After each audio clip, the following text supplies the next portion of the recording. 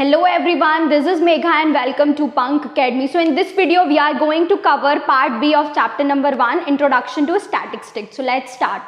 तो वहाँ पे पार्ट ए में हमने फिनिश किया था अपना stats as a singular noun, है ना. तो हमने देखा था stats as a singular noun deal करता है with studies and methods to represent statistical data. So हमारे जो स्टैटिस्टिकल टूल हैं या फिर ऐसे टूल्स जो स्टैट्स के डाटा को रिप्रेजेंट करते हैं वो है सबसे पहला collection of data, then organisation, then presentation, analysis and interpretation of data. तो यही वो सीधा सीरीज होती है. 5 स्टेजेस होते हैं स्टैट्स के डाटा को रिप्रेजेंट करने के.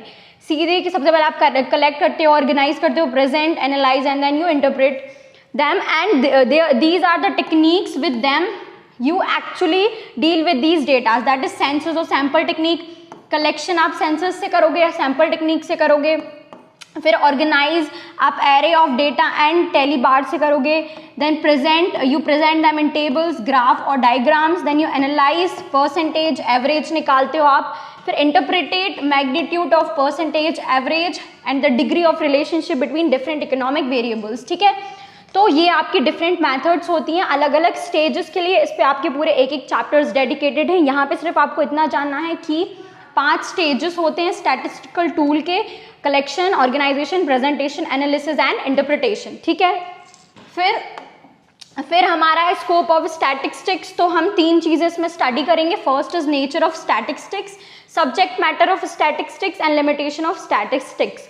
First one is nature. Stats का नेचर क्या है? स्टैट्स आर्ट है या साइंस है? तो आर्ट एक ऐसी चीज़ है जो थोड़ी क्रिएटिविटी होती है या फिर जिसको हम पर्सनली रिलेट कर सकते हैं. एंड साइंस मीन्स जहाँ पे हम नंबर्स की बात करते हैं, हम एक रिजिड वेरिएबल्स की बात करते हैं, तो वो हमारी साइंस होती है. तो हमारी जो स्टैट्स है वो दोनों है, साइंस भी है आर्ट भी है, क्योंकि हम यहाँ पे डेटा को कलेक्ट करते हैं, रिप्रेजेंट करते हैं नंबर्स में, तो ये हमारी साइंस होती है. फिर एज एन आर्ट हम रियल लाइफ प्रॉब्लम्स को ही डेटा के फॉर्म में रिप्रेजेंट कर देते हैं. मींस कि पॉपुलेशन इतना है, फिर उस पॉपुलेशन की वजह से इन्फ्लेशन इतना है, मीन्स या different reasons like deflation rate, inflation rate. तो जो रियल लाइफ प्रॉब्लम्स हैं आप उनको रिप्रेजेंट करते हो in form of stats, in form of data. तो इसी को हम बोलते हैं art. Art as an art stats क्या करता है? रियल लाइफ प्रॉब्लम्स को क्वांटिटेटिव फॉर्म में रिप्रेजेंट करता है. डिस्क्रिप्टिव स्टैट्स में ऐसे मेथड्स आते हैं विच हेल्प इन प्रेजेंटिंग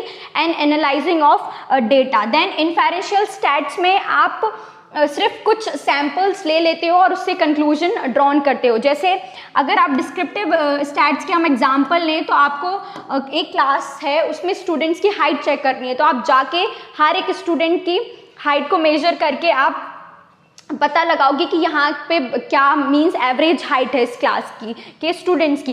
फिर इन्फेरेंशियल अगर हम स्टैट्स की बात करें तो आप सिर्फ सैंपल ले लोगे 10 स्टूडेंट्स की हाइट का. 10 स्टूडेंट्स की हाइट का आपने सैंपल ले लिया और उसी से आप कंक्लूजन ड्रॉन कर लोगे कि इतनी हाइट होगी क्लास के स्टूडेंट्स, बाकी क्लास के स्टूडेंट्स की. तो इन्फेरेंशियल स्टैटिस्टिक्स में आप एक लार्ज सेट ऑफ चीज़ का एक सैंपल ले लेते हो और उसी सैंपल से कंक्लूजन ड्रॉन कर लेते हो कि इसका इतना हाइट होगी या फिर कुछ भी. ठीक है. So inferential statistics deals with conclusion, means यहाँ पे सिर्फ आप कुछ सैंपल से कंक्लूजन ड्रॉन कर लेते हो. Then let's see limitation of statistics. So first is study of numerical facts only. हम स्टैट्स में सिर्फ न्यूमेरिकल फैक्ट्स की बात करते हैं. पॉपुलेशन को नंबर्स में रिप्रेजेंट करते हैं, इन्फ्लेशन को नंबर्स में, डिफ्लेशन को नंबर में. तो हम सिर्फ स्टैट्स में नंबर्स की बात करते हैं. लेकिन एक economy consist of various things, means it consist of happiness, sad, depression, a lot of things जो आप नंबर्स में नहीं मेजर कर सकते हो. तो स्टैट्स सिर्फ एक लिमिटेड ही चीज़ तक सूटेबल है या फिर रिलेटेबल है, क्योंकि एक इंसान है या फिर एक इकोनॉमी है, उसमें बहुत सारे फैक्टर्स होते हैं, बहुत सारे क्वालिटेटिव फैक्टर्स होते हैं जिसमें स्टैट्स डील नहीं करता.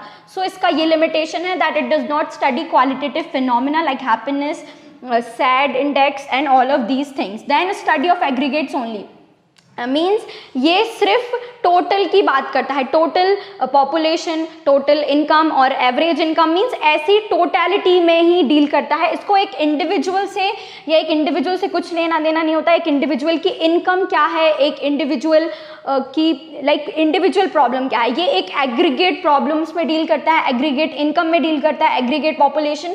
सो it does not deal with every individual और it does not deal with an individual. Means एक अगर इंडिविजुअल है तो वहाँ पे आप स्टैट्स नहीं बोलोगे। जब हम दो इंडिविजुअल को लेंगे, उनका एवरेज कैलकुलेट करेंगे या उनमें कंपैरिजन करेंगे तो वहाँ पे स्टैट्स आएगा। सो it does not deal with individual data. Third is homogeneity of data and essential requirement. Means अगर स्टैट्स होना है तो मीन्स सेम यूनिट होनी चाहिए। अगर आप किसी चीज़ को मेजर कर रहे हो तो फिर उसमें हर एक यूनिट में केजी होना चाहिए, सेंटीमीटर कर रहे हो तो सेंटीमीटर होना चाहिए। मीन्स जो यूनिट है मेजरमेंट की वो सेम यूनिट होनी चाहिए, क्योंकि अगर आप सेम यूनिट नहीं होगी तो आप कंपैरिजन नहीं कर सकते कि आप केजी और सेंटीमीटर में कैसे कंपैरिजन करोगे। तो ऐसे ही homogeneity of data means same unit होनी चाहिए for comparison and to calculate the average. Then results are true only on an average. Means अगर हम बात करें तो एवरेज जो लार्ज टेंडेंसीज होती हैं, मीन्स ब्रॉड टेंडेंसीज होती हैं, उसको आप एक एवरेज में ही कैलकुलेट करते हो। जो आपके कंक्लूजन्स होते हैं वो सिर्फ एक एवरेज बेसिस पे निकाले जाते हैं।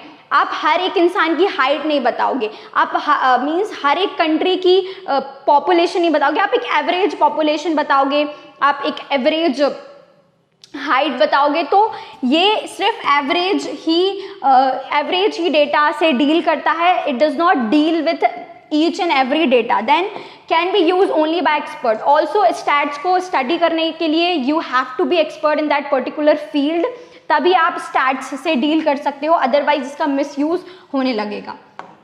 The next one is importance of statistics in economics. अब स्टैट्स और इकोनॉमिक्स दोनों रिलेटेड हैं बहुत ज़्यादा, क्योंकि इकोनॉमिक्स को हम इकोनॉमी जो हमारी होती है हम उसको क्वांटिटेटिव फॉर्म में जब हमें उसको रिप्रेजेंट करना होता है तब हम स्टैट्स से ही उसको क्वांटिटेटिव फॉर्म में रिप्रेजेंट करते हैं। ठीक है, जैसे कि हमारी जीडीपी कितने, what is the GDP of India, तो आप बोलोगे 3.3% और जितना भी हो। ठीक है, फॉर एग्जांपल हम ले रहे हैं, तो आप इसको रिप्रेजेंट कैसे कर पा रहे हो, because of statistics. So obviously हम कह सकते हैं कि स्टैटिस्टिक एक बहुत ही ज़्यादा इंपॉर्टेंट पार्ट है इकोनॉमिक्स का, क्योंकि आपको economics problems, economic solutions, economic data आप शो करते हो, कैलकुलेट करते हो in form of stats only. So first is quantitative expression of economic problem.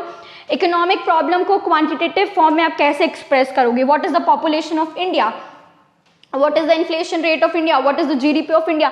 बहुत सारी चीज़ें हैं जो आप क्वांटिटेटिव फॉर्म में आपको एक्सप्रेस करनी पड़ेंगी इन इकोनॉमिक्स। तो ये फिर हम कैसे करते हैं, हम स्टैट्स से फिर उसको एक्सप्रेस करते हैं। Second is intersectoral and intertemporal comparisons. Intersector means sector wise and intertemporal means time wise. तो सेक्टर वाइज और टाइम वाइज कंपैरिजन करने में स्टैट्स बहुत हेल्प करता है। दो सेक्टर का कंपैरिजन करना है, आप स्टैट्स के डेटा से कर सकते हो। टाइम वाइज आपको कैलकुलेशन करना है कि 2012 में इतना जीडीपी था, 2021 में इतना जीडीपी है, तो ये टाइम वाइज कंपैरिजन है। Sector wise comparison, producer sector का इतना है और कंज्यूमर सेक्टर में इतना है, तो ये आप सेक्टर वाइज कंपैरिजन कर रहे हो। तो आप ये कैसे कर पाते हो? Through statistical data only. Okay, then third we have working out cause and effect relationship between different set of data. Means cause and effect relationship अगर आपको जानना है between different set of data, that ये भी stats ही help करता है आपको जानने में। The next one we have economic forecasting. Forecasting means to peeping into future, future के बारे में जानना, नॉट इन सम एस्ट्रोलॉजिकल वे, किसी एस्ट्रोलॉजिकल वे में नहीं, सिर्फ कि आपको आपके जो अभी डेटा हैं या जो लास्ट ईयर के डेटा थे उस वे में आप अपने फ्यूचर की प्लानिंग कर सकते हो। जैसे कि अगर आपको जानना है कि इस साल कैसा पेपर आएगा, तो आप पिछले 10 साल के पेपर सॉल्व करते हो, उससे एक अपना फोरकास्ट करते हो कि हाँ ये क्वेश्चन ज़्यादा वेटेज कैरी करते हैं, ये वाला टॉपिक ज़्यादा इंपॉर्टेंट है। तो आप कैसे उसको एनालाइज करते हो पिछले जो पास्ट आपके पेपर्स हैं उनसे। तो ऐसे ही जो स्टैटिस्टिक्स डेटा होते हैं लास्ट ईयर के, वो हमें फ्यूचर प्लानिंग में हेल्प करते हैं, फ्यूचर फोरकास्टिंग में हेल्प करते हैं। Then formulation of policies. आप स्टैटिस्टिक्स डेटा से फ्यूचर पॉलिसीज़ को फॉर्म कर सकते हो, इकोनॉमिक पॉलिसीज़, फिस्कल पॉलिसीज़ होती हैं, आपकी बजटरी पॉलिसीज़, अलग अलग पॉलिसीज़ होती हैं, उनको भी आप स्टैटिस्टिक्स डेटा से फॉर्म कर सकते हो।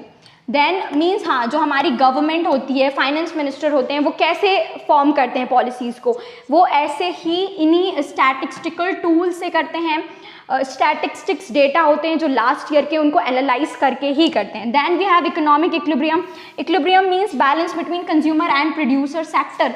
कंज्यूमर और प्रोड्यूसर में बैलेंस होना, उसको हम बोलते हैं इक्विलिब्रियम। तो जो हमारा स्टैट्स होता है वो हेल्प करता है हमें जानने में कि कहाँ कहाँ कितना कितना अमाउंट में डिसइक्विलिब्रियम है, एंड देन वो हेल्प करता है to balance between consumer and producer equilibrium. अब इस चैप्टर के स्टार्टिंग में आपको कुछ बेसिक टर्म्स थे कि कंज्यूमर क्या होता है, कंजम्पशन क्या होता है, सेविंग क्या होती है, इन्वेस्टमेंट क्या होती है, प्रोड्यूसर क्या होता है, प्रोडक्शन क्या होता है। तो हम एक बार इनको देख लेते हैं। तो सबसे पहला कंज्यूमर क्या होता है। Consumer is an individual who consumes goods and services for his satisfaction, जो अपने सेटिस्फेक्शन के लिए गुड्स एंड सर्विसेज को कंज्यूम करता है। हम सब सबसे पहले एक कंज्यूमर ही हैं एक इकोनॉमिक पॉइंट ऑफ व्यू से, क्योंकि हम सब कंजम्पशन करते हैं of goods and services for satisfaction, अपने सेटिस्फेक्शन के लिए। Second is consumption. कंजम्पशन क्या होता है, process of using up utility. एक मीन्स सेटिस्फेक्शन को कंज्यूम करने की प्रोसेस को हम बोलते हैं consumption. Third is producer. Producer क्या होता है, who produce goods and services for his income, जो अपनी इनकम के लिए गुड्स एंड सर्विसेज का प्रोडक्शन करता है, उसको हम बोलते हैं प्रोड्यूसर। या जो प्रॉफिट के लिए प्रोडक्शन करता है of goods and services, that is known as producer. Then production क्या होता है, process of converting raw material into useful things. Raw material को यूजफुल थिंग्स या फिनिश्ड गुड में कन्वर्ट करने की प्रोसेस को हम बोलते हैं प्रोडक्शन। देन सेविंग्स क्या होती हैं, saving is that part of income which is not consume. Income का वो पार्ट जो आपने खर्च नहीं किया, कंज्यूम नहीं किया और साइड में रख लिया, उसको हम बोलते हैं सेविंग्स। देन इन्वेस्टमेंट क्या होता है, इन्वेस्टमेंट सेविंग से अलग होती है, इवन ऑपोजिट होती है, क्योंकि सेविंग्स में आपकी मनी डेड हो जाती है, आप उस मनी को खर्च नहीं कर रहे हो, वो मनी चल ही नहीं रही है, ठीक है। इन्वेस्टमेंट में इन्वेस्टमेंट है वो प्रोड्यूसर सेक्टर करते हैं बेसिकली। सो प्रोड्यूसर सेक्टर जो कुछ पार्ट अपनी इनकम का खर्च करते हैं ऐसे एसेट्स पे जो उनको फ्यूचर में इनकम देगी, means help them in generating future income, उसको हम बोलते हैं investment. Investment expenditure by producer for future income on those assets which help them in generating future income, that is known as investment. तो इसके साथ हमारे 6 basic terms भी complete होते हैं और इसके साथ हमारा स्टैट्स का चैप्टर नंबर 1 खत्म होता है। अब हम मिलेंगे चैप्टर नंबर 2 में। तो आपको कुछ भी डाउट हो आप कमेंट सेक्शन में बता सकते हैं, और अगर आपको वीडियो अच्छा लगा हो तो don't forget to like, share and subscribe to the channel. Till then, take care. I'll see you in the next video.